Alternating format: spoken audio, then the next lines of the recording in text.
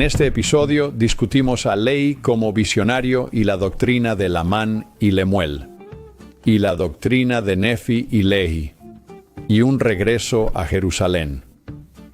Aquí vamos.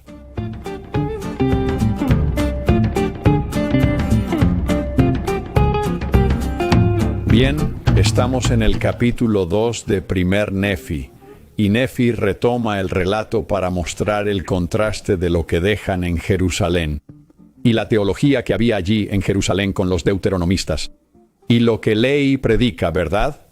Él quiere crear esa separación. Entonces, ¿de qué habla? Habla de que el Señor se le aparece en sueños, y le dice que es bendecido por lo que predicó al pueblo en Jerusalén. Y luego dice otra vez que en un sueño, de nuevo, está estableciendo todo esto sobre que Lehi es un hombre visionario, ¿verdad? En el versículo 2, en un sueño, el Señor le ordena llevar a su familia y partir del desierto. Y lo que obtenemos aquí es un éxodo.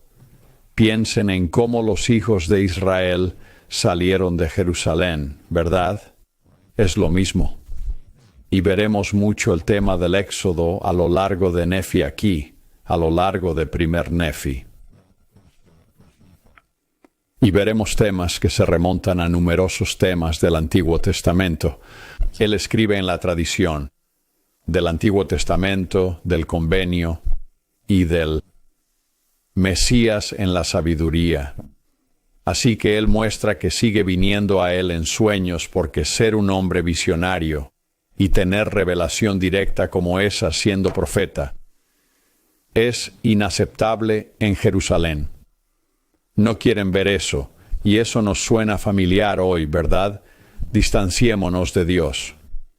No hay nada disponible allí. Lo que dirían entonces es, oigan, lo que tenemos aquí en el canon aquí en la Torá, en los 5 libros de Moisés y con los profetas, eso es todo lo que necesitamos. No necesitamos otra revelación. Y así es algo similar. No desean apoyar la idea de ser un hombre visionario, de tener estas visiones apocalípticas, de teofanías y del Señor, comunicándose directamente con Lehi. Así que sigue mencionando esto. Creo que es la 4ª vez ya. Ha mencionado que Lehi ha tenido un sueño o una visión. Y apenas en el capítulo 2. Así que le dice que parta y él va a partir. Tanto físicamente. Y llevar a su familia y va a partir, ¿verdad? Está partiendo teológicamente. Está partiendo con una doctrina diferente también. Tiene que salir, y tiene que salir no porque quiera salir. Es porque lo fuerzan a salir. ¿Qué ocurre? En Jerusalén tienes una ortodoxia, y podemos ver esto en numerosos movimientos diferentes, incluso hoy, y consistentemente a lo largo de movimientos políticos y teocráticos de diferentes sectas, incluso dentro del cristianismo en ocasiones, donde tienes una ortodoxia, donde es casi como si fueran los puritanos, ¿verdad? Es esta ortodoxia purista que si no sigues la línea con lo que es políticamente correcto, entonces te vas de aquí, ¿verdad? Vamos a lanzarte piedras, vamos a insultarte y burlarnos de ti, pero no perteneces aquí. Y eso es lo que está pasando con Lehi aquí, y así ha sido siempre. ¿Verdad? Tenemos esta idea en el libro de Apocalipsis. Tenemos a la mujer que está en el desierto, y ella es la iglesia, porque ahí es donde está la iglesia en este mundo. La iglesia está en el desierto porque no es aceptada en Jerusalén propiamente, no es aceptada en Babilonia, no es aceptada en este mundo. Y por eso está en el desierto. ¿Dónde estaba Juan el Bautista? Bueno, tenía que estar en el desierto. Incluso Jesús y su familia estaban, no en Jerusalén, ¿verdad? Estaban en Galilea como una minoría donde los judíos eran minoría allí. Observamos nuestra historia como santos, ¿cierto? No éramos de Nueva York ni de Kirtland. No pertenecíamos. Missouri. No pertenecíamos a Nauvoo, aunque la construimos. ¿Verdad? También tuvimos que tener un éxodo. Y no fue nuestra elección. Pero no éramos políticamente correctos. Y no encajábamos, ¿cierto? Simplemente era así, un éxodo. La misma situación. Y así se nos dice que él sale, viaja por unos días, y después de unos días llega a las fronteras cerca de la orilla del Mar Rojo. Ahora, las fronteras cerca de la orilla del Mar Rojo, esto es probablemente el Golfo de Acaba. Una breve entrada en el extremo norte del Mar Rojo. No es corta, es extensa, que sube un poco más hacia Jerusalén. Y así que probablemente es donde terminan aquí, en algún lugar en el extremo norte de esta entrada. Y eso es lo que llaman el desierto. Y luego terminan yendo probablemente otros 3 días viajando hacia el sur. Y terminan en un valle allí. Es probable que haya otra historia bíblica aquí también. Esto es donde podrían haber estado los madianitas. Esto podría ser hacia donde estaba Jetro, donde podría ser hacia donde Moisés terminó cuando dejó Egipto por su cuenta. Hay algo de historia en esta área aquí. Esto estaría en el extremo norte de Arabia Saudita. Y las fronteras son probablemente las montañas. Así que hay una cadena montañosa desértica que va a lo largo. Una a lo largo de la costa y otra un poco más hacia el interior. Y se nos dice que están hacia las fronteras, las montañas, junto a la costa. Y aquí él planta su tienda. Y escuchamos mucho sobre la tienda de Lehi de parte de Nefi. Pero aquí él planta su tienda y ofrece un sacrificio. Y esto es algo de nuevo. Parece que Nefi está específicamente diciendo algo en contra de lo que las reformas de Josías, el deuteronomista, habían dicho, donde decían que no puedes tener adoración fuera de Jerusalén. Parece que lo que habían dicho era que no puedes salir y ofrecer sacrificios fuera del templo. No puedes salir y adorar con sacrificios lejos de Jerusalén. Sabemos, curiosamente, que en los rollos del Mar Muerto, en el rollo del templo, parece que existía la capacidad, al menos en ese tiempo, o más hacia unos 200 años en tiempos de Jesús, pero sí tenían la capacidad. Los judíos podían adorar y ofrecer sacrificios si estaban a más de 3 días de distancia de el templo. Y eso podría ser lo que Nefi especifica aquí, que él pone eso y se asegura, estamos a 3 días de aquí, porque eso era lo que era aceptable. Esa era la ley real, aunque los deuteronomistas dijeron que no pueden hacerlo. Así que él puede estar mostrando que sigue la ley aquí al estar a 3 días de distancia de el templo y sacrificando. Y entonces empezamos a entrar en la política familiar aquí, ¿verdad? Y aquí es donde se introduce la murmuración, ¿verdad? Tenemos a Lehi hablando de un río junto al cual están, y lo llama Lamán, el río Lamán, y luego están en el valle, llaman a eso. Él llama a eso el Valle de Lemuel. Ahora, curiosamente, esta es un área que todos pensaban, bueno, esto es ridículo. ¿Cómo puede haber agua corriendo aquí? Esto es puro desierto y muy seco. Pero hay lugares así, y tenemos fotos, se ve en Google Earth. Hay áreas donde en realidad hay un pequeño río que pudo haber sido mucho más antes, pero tendrían un pequeño río desembocando en ese Golfo de Acaba. Y estos valles que tienen como el Valle de Lemuel no son lo que pensaríamos de un valle montañoso aquí en el oeste o en cualquier lugar de los Estados Unidos, salvo quizás en el Parque Zion. Lugares similares se encuentran en áreas desérticas con paredes verticales y muy estrechas. A veces pueden ser muy estrechas y las llaman en árabe wadis, W-A-D-I. Y estos wadis pueden ser como en el Parque Zion. Si hay una inundación repentina, el agua subirá muy alto y arrastrará toda la tierra y la arena y todo fuera de allí. Pero estos wadis, algunos de ellos tienen pequeños ríos. Lo llamamos río, pero es más un arroyo y podría ser un arroyo subterráneo. Su fuente es subterránea, pero existen hoy. Bueno, al menos hay uno que existe hoy. Y como ese podría ser el único, este bien podría ser el Valle de Lemuel. Aquí es donde Lamán y Lemuel empiezan a murmurar, y es importante. Hablamos del principio de Nehor, y Nefi lo establece sin decir específicamente que no creen en Cristo. Él nos da todas estas pistas que podemos aprovechar. Quizás en las 116 páginas había más detalles, y él debe continuar por eso. Más específico sobre hablar de Cristo. Pero Lamán y Lemuel comienzan a murmurar porque aquí han dejado Jerusalén. Probablemente vivían muy bien si eran acomodados. Parecen estar de acuerdo con la doctrina en Jerusalén en este momento.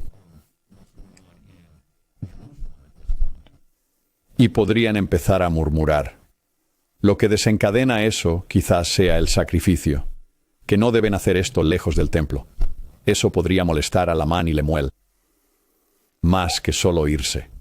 Creo que si miras específicamente a Lamán y Lemuel y los ves como religiosos, no solo inicuos, de hecho, no sé si diría eso tanto de la manera en que podríamos pensar en ello. Me parece que son religiosos y no les gusta la teología de Lehi. No les gusta lo que predica. Y no les gusta que tenga estos sueños y visiones de Dios y les molesta.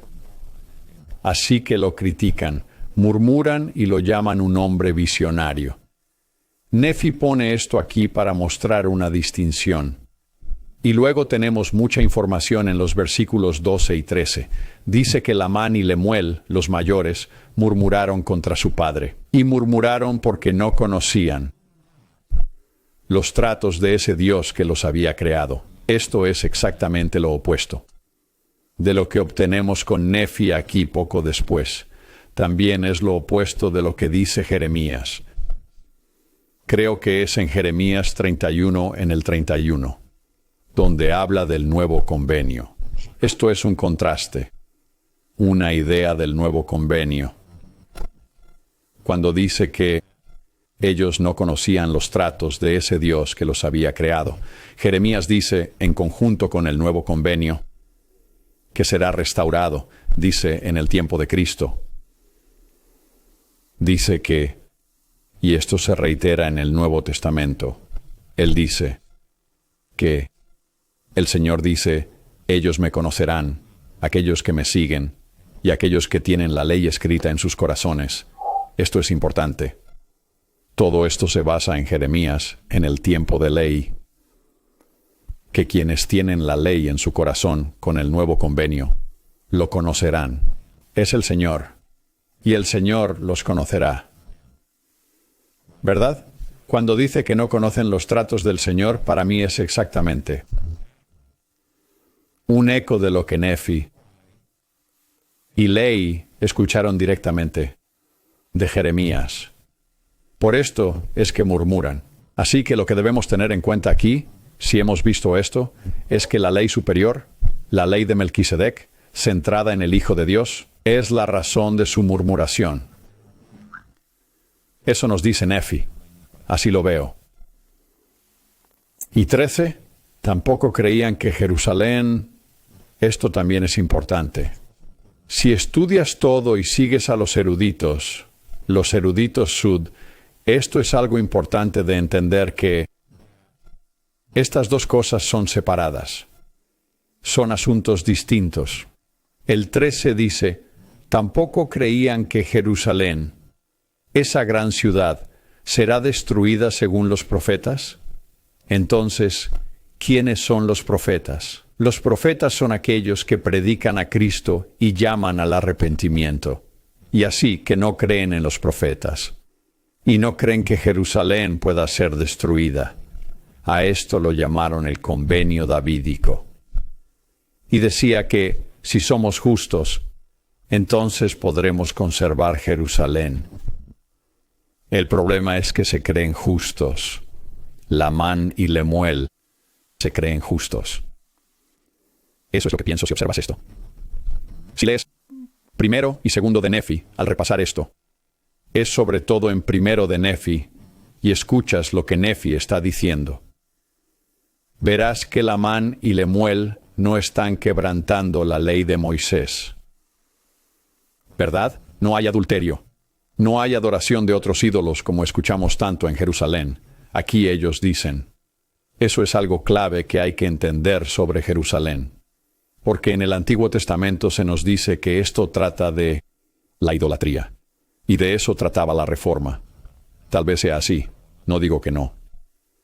Pero aquí Lamán y Lemuel parecen muy ligados a Jerusalén. Luego dirán cuán justa es Jerusalén. Y sin embargo no adoran ídolos. Entonces, ¿qué pasa? ¿Cuál es la diferencia? ¿Cuál es el problema? Puede que la adoración de ídolos no sea el problema principal. Lehi no dice nada sobre la idolatría.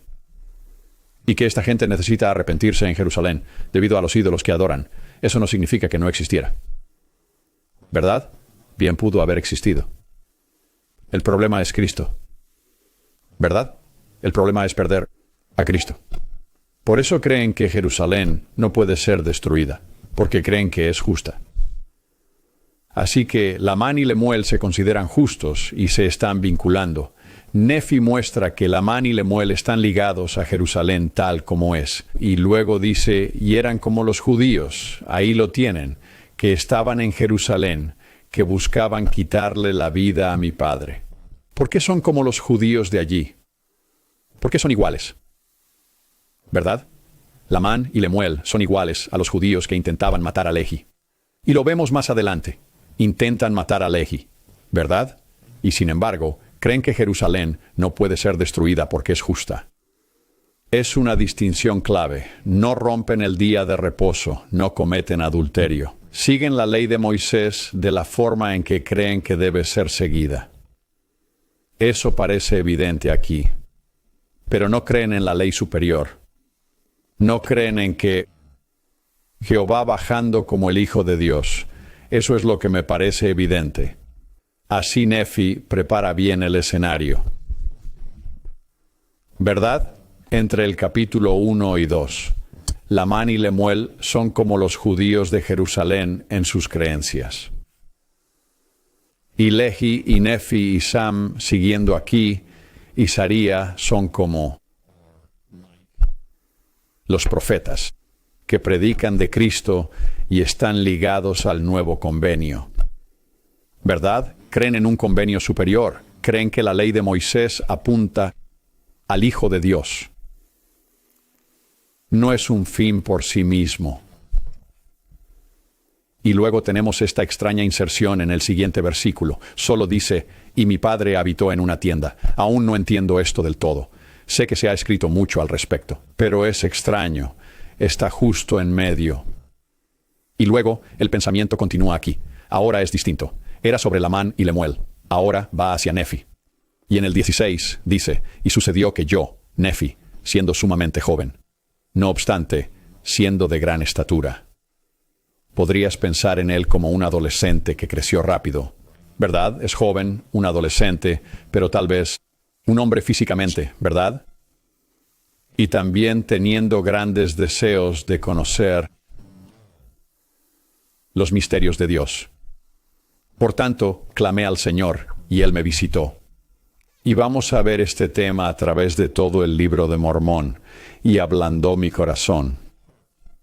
Así que el nuevo convenio, un corazón blando como uno en el que se podría grabar, con un nuevo convenio, como habla Jeremías, va a ser contrastado continuamente con el murmurar y la teología de Lamán y Lemuel y un corazón endurecido. Buscaremos esas diferencias al avanzar. En el 18, Lamán y Lemuel no escuchaban a Nefi debido a la dureza de sus corazones. Y luego, en el 19, el Señor le habla a Nefi y dice, bendito eres tú, Nefi, por tu fe. Entonces Lamán y Lemuel no tenían la fe. ¿En qué? De nuevo, se creen justos. Probablemente obedecen la ley de Moisés. ¿Qué fe les faltaba que Nefi está distinguiendo aquí sobre sí mismo? Y luego, en el 20, en tanto que guardéis mis mandamientos, la ley menor, la ley preparatoria, prosperaréis y seréis llevados a una tierra de promisión. Esto es imaginería. Él es llevado a una tierra de promisión, que es lo que Abraham iba a recibir, lo que recibió, aunque nunca lo hizo. Porque la verdadera tierra de promisión es el juramento, del juramento y convenio del sacerdocio de Melquisedec. Y Lamán y Lemuel, en cierto modo, no serán parte de esa tierra prometida. Sí, van físicamente en un barco. Terminan también en las Américas. Pero él dice aquí específicamente justo después de eso, que con sus hermanos, si se rebelan, que van a ser cortados de la presencia del Señor.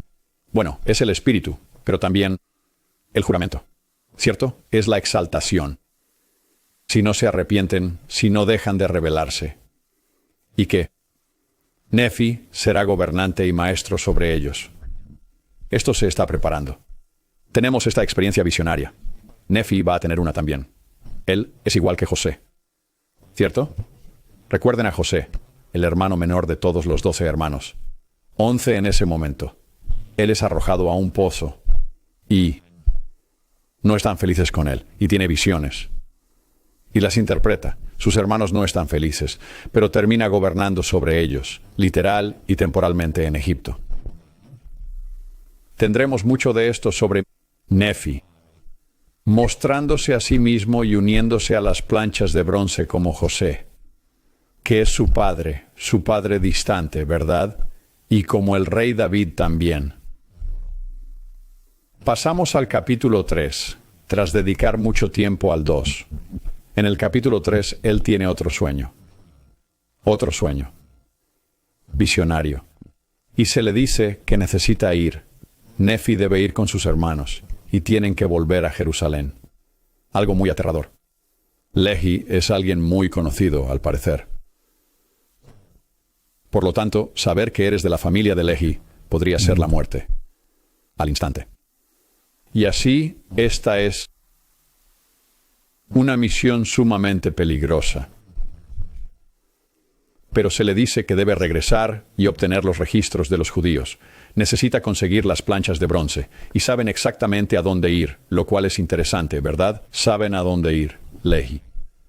Es parte de tal vez algún tipo de nobleza de los terratenientes, de la corte real. Sabe a dónde ir. Y tenemos el versículo importante en capítulo 3, versículo 7. Iré y haré. Y cuando llegan a Jerusalén, están cerca de Jerusalén. Los muros de la ciudad echan suertes. Esto es algo muy común. Echan suertes. ¿Quién tiene el palo más corto? Para ver quién va a ir. ¿Verdad?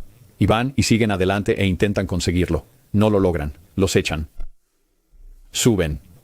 Toman sus tesoros, que habían dejado en su tierra de herencia. No estoy seguro de dónde es eso exactamente. Y lo llevan ante Labán. Labán básicamente se lo queda. Y los echa de nuevo. Así que salen al desierto de nuevo, y dicen específicamente en el versículo 27 aquí que fueron y se escondieron, en la cavidad de una roca. Es lo que hizo David en tiempos de Saúl, cuando lo buscaba para matarlo. Parece que prepara eso un poco aquí. Y luego sucede algo interesante. Lamán comienzan a golpear a Nefi y a Sam con una vara. ¿Verdad? Y un ángel aparece y los detiene. Marcará alguna diferencia más que por un día o dos, parece. No lo hará. Vamos a entrar en eso más adelante. Pero han visto a un ángel que les ha impedido golpear a Nefi. No les gusta Nefi. No les gusta Nefi. Quizás no es muy sociable, no lo sé, es posible. Pero recuerda que es el cisma entre ellos es esta teología, y que físicamente Nefi quiere irse de Jerusalén con su padre, Y Lamán y Lemuel quieren quedarse, ¿verdad? Es como Abraham y Lot. ¿En qué dirección apuntarás tu tienda? De hecho, dice en el 31. Tras irse el ángel, Lamán y Lemuel murmuraron de nuevo. Dice aquí, es un hombre poderoso y puede comandar 50. Eso es lo que un general tendría. Su guarnición. De 50, sus soldados directos. No son todos los ejércitos. Las divisiones, los miles y decenas de miles que comandaría, pero tendría una guarnición de 50 con él. Y este es el argumento de Lamán y Lemuel. ¿Cómo haremos esto? Él es demasiado poderoso. Y esto es muy interesante. Volvemos a los deuteronomistas y lo que han hecho. Recuerden, han elevado a Moisés. Y así obtenemos un tema de Nefi sobre el Éxodo. Y eso es ciertamente parte de esto. Pero creo que es interesante aquí en el capítulo 4, versículo 2, que Nefi trae a Moisés aquí, porque probablemente es algo que Lamán y Lemuel escucharían más. Es solo mi suposición. Y dice, por lo tanto, vayamos de vuelta a Labán, y seamos fuertes como Moisés cuando dividió el Mar Rojo. Bueno, ellos están justo allí en el Mar Rojo. De hecho, el Golfo de Acaba es probablemente en realidad por donde Moisés y los hijos de Israel habrían viajado. Es a través de ese golfo. Están justo ahí donde está su tienda, ¿verdad? Lehi está. Y así Nefi finalmente convence a sus hermanos, y Nefi avanza desde donde están. Y él solo va y dice en el versículo 6, fui guiado por el Espíritu, sin saber de antemano lo que debería hacer. Encuentro en mi vida que cuando intento perseguir objetivos justos, que a menudo ese futuro convincente que veo que es justo, ¿verdad? Es lo que me impulsa a avanzar. No es saber cómo lo haré o qué haré, sino es ese compromiso, es esa inspiración que siento es, oye, esto es algo que necesito hacer, aunque no sepa qué hacer, aunque así parezca en muchos sentidos al mirar mi vida y esas situaciones. Casi me siento no están diciendo que no hay dudas, pero siento que sé la dirección, al menos. No sé cómo voy a llegar, pero es como que solo debo poner un pie delante del otro y seguir, porque sé la dirección a la que debo ir. Creo que es una gran lección que aprendimos de Nefi. Él no sabe qué hacer. Es guiado por el Espíritu. Él no sabe cómo va a suceder esto. Parece una imposibilidad, pero lo hará de todos modos. Y así encuentra a Labán. Labán está borracho de vino, ha caído a tierra. Y está con toda su vestimenta aquí, ¿verdad? Está con su uniforme completo y tiene su espada. Se nos informa que había estado con los ancianos esa noche. Algunos lo mencionaron. Bradley escribió las últimas 116 páginas. Que piensan que esto bien podría haber sido la fiesta de la Pascua. En este momento, esto puede ser durante la Pascua, lo que haría interesante que Lehi se fuera en este momento. Pero quizás esa sea la razón entonces. Los judíos querían eliminar a ciertas personas antes del inicio. Puede estar con toda su vestimenta, uniforme completo, porque está con los ancianos en una fiesta y está bebiendo. Y no voy a entrar en esta parte mucho, porque esta es la que más se critica. Proporcionaré tal vez un enlace o dos en las descripciones sobre qué mirar aquí. A muchas personas les molesta esto, que el Espíritu le dice a Nefi que siga adelante y quite la vida de Labán, y se vuelve un sacrificio. Es como lo que vimos sobre la teoría del chivo expiatorio, de René Girard, que hace falta un chivo expiatorio para que una civilización sobreviva, en cierto sentido. Y es casi lo opuesto a lo que sucede con el Salvador más tarde, quien es el chivo expiatorio. Mas no es como Labán. Nefi enumera una larga lista de razones legales según la ley de Moisés, de por qué era lo debido con Labán. Pero nos tomaría demasiado tiempo que no tenemos aquí. Entonces le corta la cabeza a Labán. Esa espada de Labán termina quedándose con los nefitas hasta el tiempo de Moroni. Y se hace reliquia santa. ¿No? ¿Qué representa? ¿Qué representa esa espada? Simboliza la libertad que ellos tenían para partir. Y es la palabra de Dios, como una espada. ¿Por qué? La palabra de Dios, porque tienen las planchas. La espada, o una vara, se considera a menudo como justicia, o la palabra de Dios. Y entonces Nefi se pone todo el uniforme. Va y habla con la voz de Labán. Quizás podría actuar completamente borracho, ¿verdad? Eso haría que arrastrara la voz y sería más fácil engañar a Zoram. No tiene que caminar como él. No tiene que hablar tanto como él. Puede actuar muy borracho. Así es como lo imagino. Eso es lo que yo haría. Y Zoram lo lleva al tesoro y sacan las planchas de bronce. Regresan con los hermanos. Los hermanos comienzan a correr pensando que es Labán. Pero no es él. Zoram empieza a correr y Nefi hace un pacto con Zoram, prometiendo no matarlo. Tal vez tendrían que hacerlo. Como a Labán. Ese es otro asunto difícil, pero se nos dice que le perdona la vida a Zoram porque él acepta ir con ellos. No creo que sea una decisión difícil para Zoram ahora. Y rápidamente en el capítulo 5 volvemos al hombre visionario. Es un gran tema, es importante. Es el legado de José de Egipto. Es Daniel, es Ezequiel, es Juan el revelador. Esto es parte de la ley superior. Esto es parte de ser un vidente y un revelador. Y así, cuando los muchachos regresan, entonces Saría, la madre, está feliz. Nefi dice que ella se había quejado. También de que él era un hombre visionario. Y Lehi le responde, yo sé que soy visionario.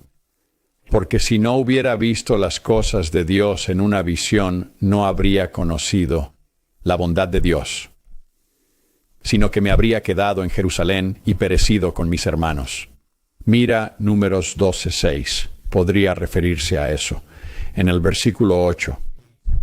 Tenemos a Lehi hablando sobre Nefi 3:7, el famoso iré y haré. Es como el pareado aquí en 5:8. Dice, ahora sé con seguridad que el Señor ha mandado a mí. Y esto viene de Saría. Y este es como el pareado de el capítulo 3, versículo 7 de Nefi, ¿verdad? Ella dice, sé que el Señor ha mandado a mi esposo huir al desierto. Sí, y también sé con seguridad que el Señor ha protegido a mis hijos y los ha librado de las manos de Labán y les ha dado poder mediante el cual ellos pudieron cumplir lo que el Señor les ha mandado. Eso cierra el círculo, ¿cierto? Porque cuando él dice iré y haré, es cuando Lehi le dice que debe volver a Jerusalén por las planchas de bronce. Y así, esto finaliza eso en este punto aquí. Descubrimos qué hay en las planchas. Tienen los 5 libros de Moisés. Contiene un relato de Adán y Eva. Eso es un relato del templo, ¿verdad? Tiene el registro de los judíos desde el inicio. Es historia secular. Algo parecido a lo que vemos en Primero y Segundo de Crónicas y Reyes. Podría ser exactamente a lo que se refieren o algo similar. Y luego dice que tiene todo hasta el inicio del reinado de Sedequías, rey de Judá.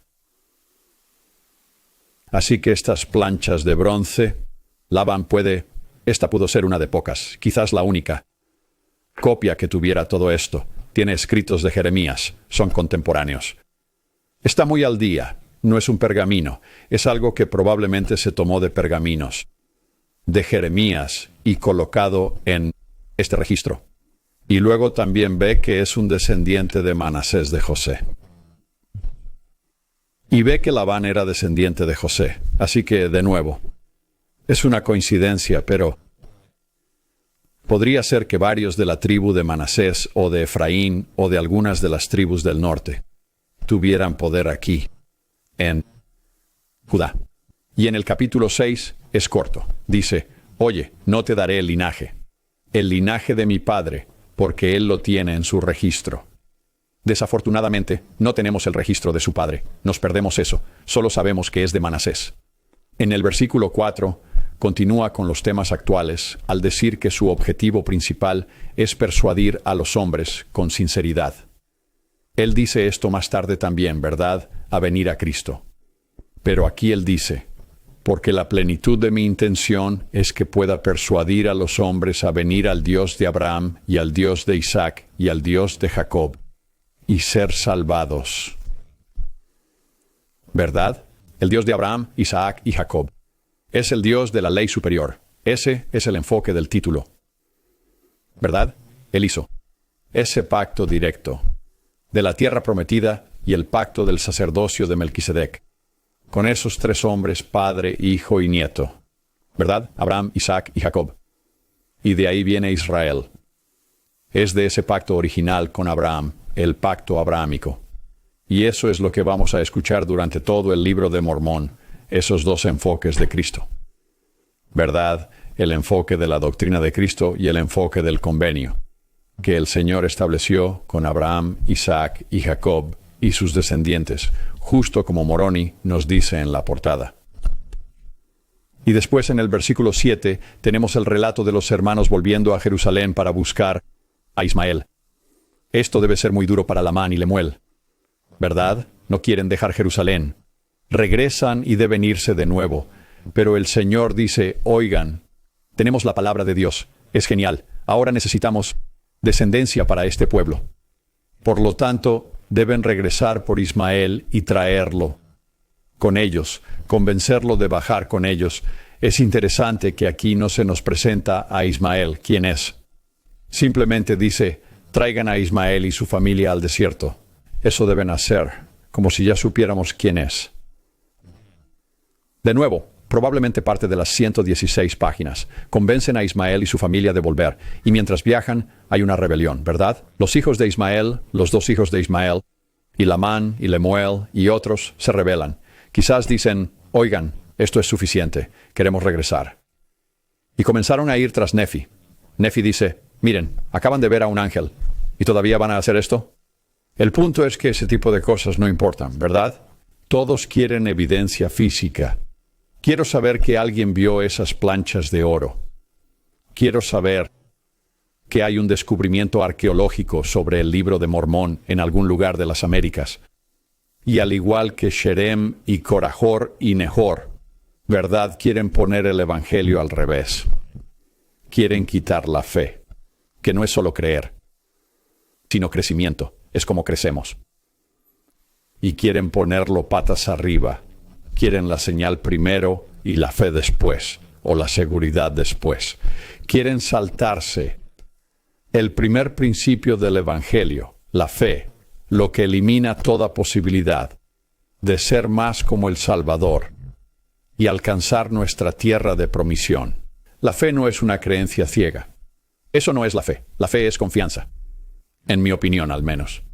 Y en la opinión de Dallin H. Oaks también. Lo escuché decir eso hace unos meses. Y aquí tenemos apoyo para Jeremías. Muchos han dicho que Jeremías fue escrito por los deuteronomistas, el libro de Jeremías, y que a veces parece estar de acuerdo con ellos. Bueno, recordemos que probablemente fue editado por los deuteronomistas, pero tienen pleno apoyo aquí con Nefi. Él dice en el 14, porque he aquí, el Espíritu del Señor pronto dejará de contender con ellos, el pueblo de Jerusalén, porque han rechazado a los profetas, que profetizaron de Cristo, y a Jeremías han echado en la cárcel, y han buscado quitarle la vida a mi padre, tanto que lo han expulsado de la tierra. Cuando habla de los judíos, a menudo incluso en el Nuevo Testamento, es un grupo más amplio, pero hablan del núcleo de eso. ¿Verdad? Es la gente a cargo, son las élites, es la gente de nobleza en la corte y con poder. Conocen a Lehi, saben quién es. Es una figura mayor. Nefi habla de Jeremías, los profetas y Lehi.